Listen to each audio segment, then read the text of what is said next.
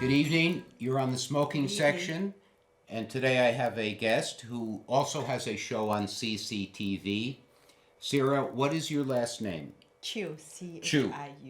Chiu. That's a simple name for us Americans. Sara Chiu, right? Correct, yes. And you have been on a show here, and what is the subject of your show? I research about ancient languages, so I compare ancient pictograph from Sumerian to Chinese oracle bones to Egyptian hieroglyph. Very good. That sounds like a very intellectual type of program that you have. I wish, but I actually want to bring it to everybody. Doesn't necessarily to be intellectual. I want people to understand that we are connected through all the languages since ancient time. Would you say that you're then a linguist? Would you describe yourself as a linguist? No, I wouldn't because I am going against most of the linguistic theories. I would describe myself as an Asian traveler An Asian traveler, and female. a female Asian traveler. Yes. Well, that's interesting because my show goes against a lot of prevailing sentiment because I defend the right of people to smoke, and I question and criticize many of the things said about tobacco. Yes, I understand that. That's why, I open my eyes and remember the first time I would run into you. I asked you the reason and then you explained to me. And I was actually impressed. Wow, yes, because you do have your reason. So I am actually happy that, CCTV have a chance for you to talk about your different reason. I think, if we all look at things just from one point of view, there's something wrong.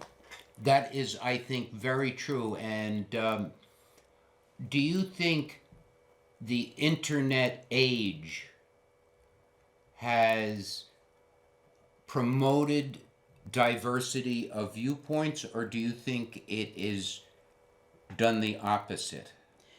I don't know, maybe I am kind of old school. I do, in a way, think that, in a way, it has actually narrowed us down to more radical thinking. More In what kind of thinking? radicalized people, and have I? Am No, I no, no, using the no, no, word no, right? no, no, no. That's what you think the internet has promoted more radicalized thinking? Yes, because they don't open things up. Everybody interested in one topic, they Oh, only read really? about more of that topic and in more extreme view. And when you don't go out to meet real people, if you just think and imagine what something is, that's why a lot of problem comes in, I think. That's why I keep saying that, traveling opens up your mind, your eyes. If you go out and meet real people, then you hear their real point of view. I think it will make the world more at peace if we are more willing to get out and get in touch with real people. So, if let me get you correctly, let me see if I understand you. Do you think the internet has narrowed people's perspectives? I think so. And Well, maybe I do not want to go to some extreme too. you don't want to have a Uh, radical view. yes, because it really depends on how we use the internet. The thing that I see, in a way, it helps me too because I can go and search for more topics that I never even think of. By seeing one word, I want to find out what that word is, then I can go further. But if we use the internet, but by narrow ourselves down, we believe in one view, then we only read about that view, then it narrows us So down. it theoretically, well, theoretically, when the internet first became popular in the United States, or people thought, well, here we're all going to have access to so many different viewpoints that people initially thought and predicted that it would widen people's perspectives. But now I think most people feel that it maybe hasn't. I think it hasn't, because I hear very radicalized talking from even very young people. I think, precisely because older generation actually they don't use the internet, that much as the younger generation. When we're young, when we are still at the age of forming our ideas, I think, other than the internet, we do, first of all, in the internet, we need to open ourselves to different topics. And the other thing is that we need to go out and see real people, as I said. Now, you were raised in Hong Kong, is that right? Correct, yes. And how long have you been in this country? About 8 years. And can I ask you why you chose to come to this country? Or is that a secret? No, it's not a secret. I came here kind of by accident at the beginning. I was actually doing my research in the mountain in the desert of Yemen. Of Yemen? Oh my gosh, you've been to Yemen? Yes, I lived there for 3 years. Oh my and gosh. then because they were fighting, they were shooting, and then I have two cats. I cannot return to my place, because the Hong Kong guards our port very fiercely, because we don't have rabies. So my Oh, cats really? cannot go back to Hong Kong. They are from Hong Kong, my cats. Yes. And they cannot go back to Hong Kong. So I needed a place to go. And Europe is also difficult to go to. So America is actually the most welcoming country for all the pets. Is that so? Yes, yes. So I came with the tourist visa at the beginning, and then I thought, of course, I slowly, got my visa and everything fixed, and then also because since I came here, I found out all the library, all the treasures here, so I started, hey, why don't I do a little bit of research here too? So I continue my research here. That's how I get to the material in Sumerian and all those. How long have you been interested in language? Or more than, well, interested in language since I was a child. But then it was something like 20 years ago, more than 20 years ago, when I travel around. I study art in Spain. So I noticed something very strange, that I keep hearing very similar sound. So after that, I returned to Hong Kong, and for some reason, I started to helping archaeologists in archaeology. So the more I see things, I said, wow, I see the symbol here and there. And then 20 something years ago, I started, hey, I want to look at all these connections. So I started. Well, I mean, there can't be a lot of archaeology going on in Hong Kong, can there? No, everybody said so. No. In Hong Kong, there is a lot of Neolithic sites. Neolithic. Yes. That means kind of cavemen. Yes, yes. Really? Actually, there's a lot of history back in Hong Kong. And now you look at Hong Kong as a city, but a lot of the abandoned islands, first of all, most of the population only concentrate in 25% of the land. Yes. The rest of the 75% is green, totally green. Right. Yes. Oh, I didn't realize that. So that land that we normally think of as Hong Kong is really just one part of Hong Kong. Is that Yes, correct? yes, exactly like any other things that we know. We always only see one part of anything. Well, China, my program is tobacco, and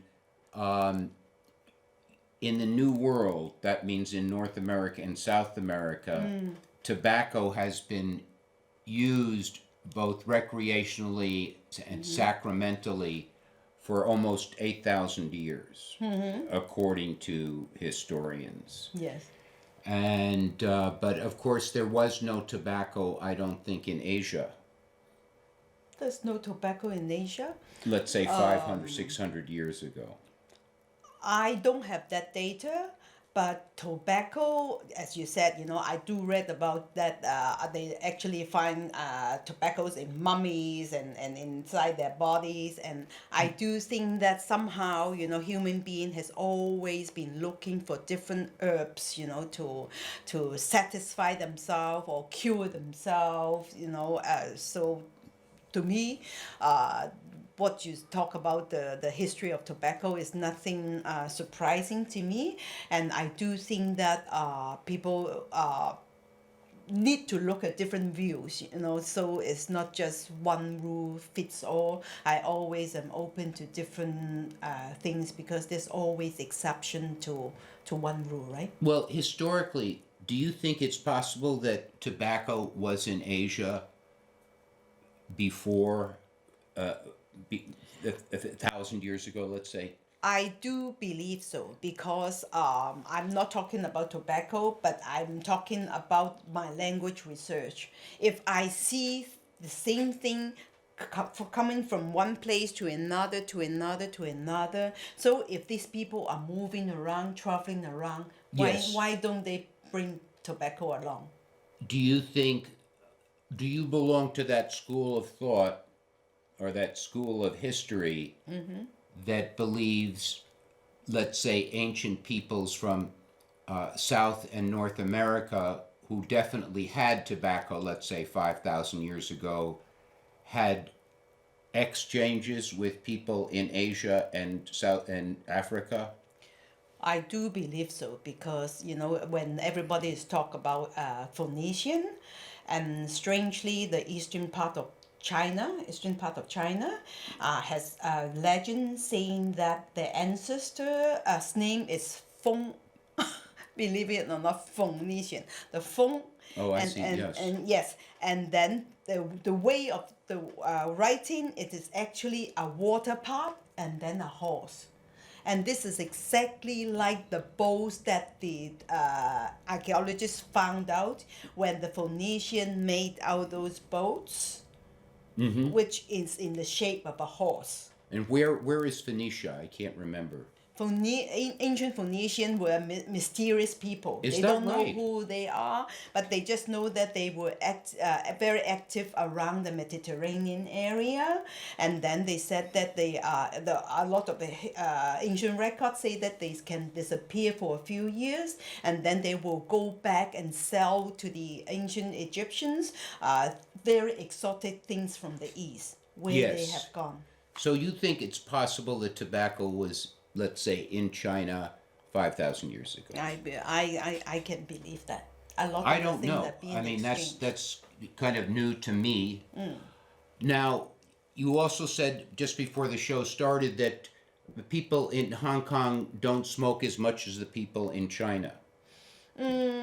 Yes, because of the as Hong Kong was a British colony, so we follow the British rule, a little bit earlier. So they started to ban smoking earlier than China did, So Yes. because of the habit, because of everything that stays behind, so this is what my knowledge is. Okay, so even when all most of my friends around me, they don't smoke because of the influence of the British colony when they start to ban smoking. Well, they didn't start to ban smoking around until about 1980, which is about 40 years ago almost. Yeah, but then is a very strong advocate for that. So I mean the advertisement and everything, so they push it really hard.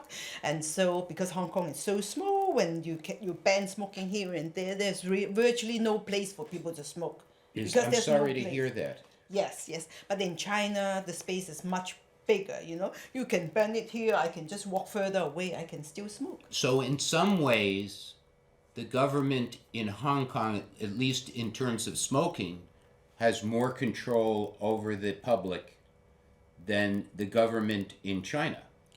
Yes, and also, as I said, because of the geographic makeup of the place, Hong Kong is so crowded, so you can hardly smoke, in an area without 10 people staring down at Oh you, my and gosh. you understand that. So Yes. it's the public pressure. Well, it sounds very it almost sounds more totalitarian than in China. Well, you can look at it that way. I mean, but As I don't said. you think there are certain kinds of connections between the government telling people, "Oh, you can't smoke," and the government telling people, "Oh, you can't talk this way," or I mean, isn't there is when the government controls the people rather than Sometimes I think as human beings we do that.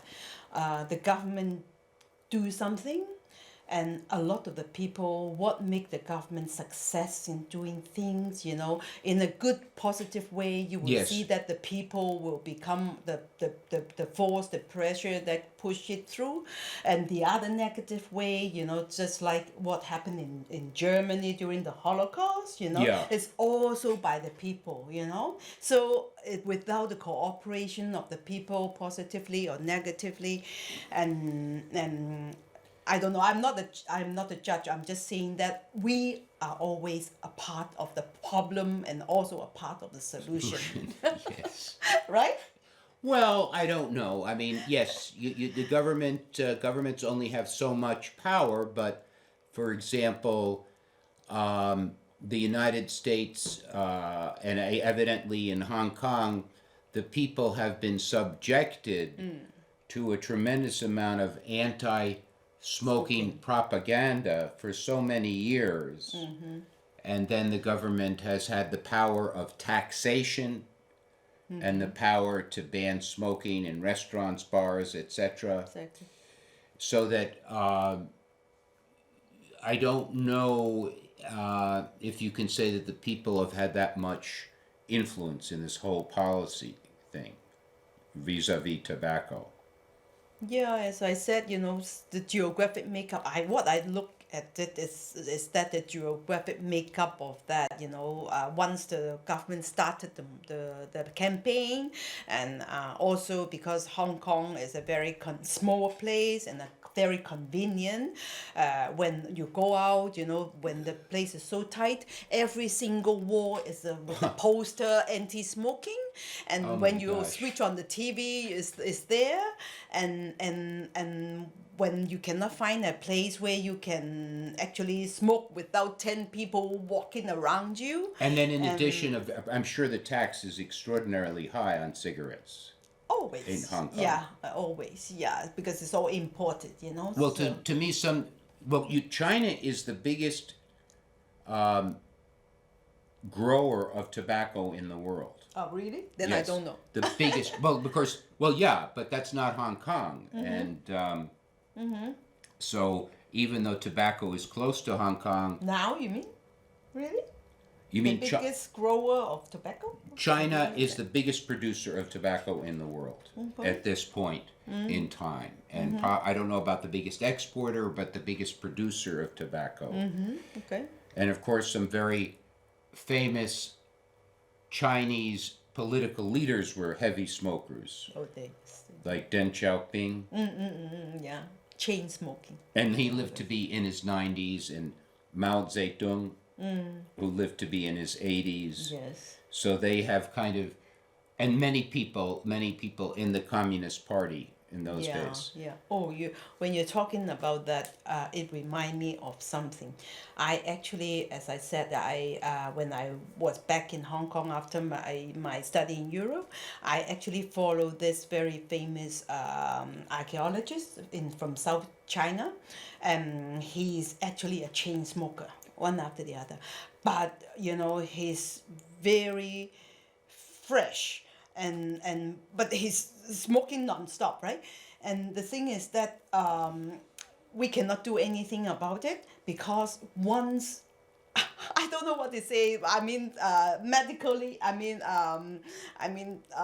there might not be proof, but the thing is that we do know something. If someone has been smoking their whole life, never get rid of smoke, because like my teacher in archaeology the Yes. archaeologist.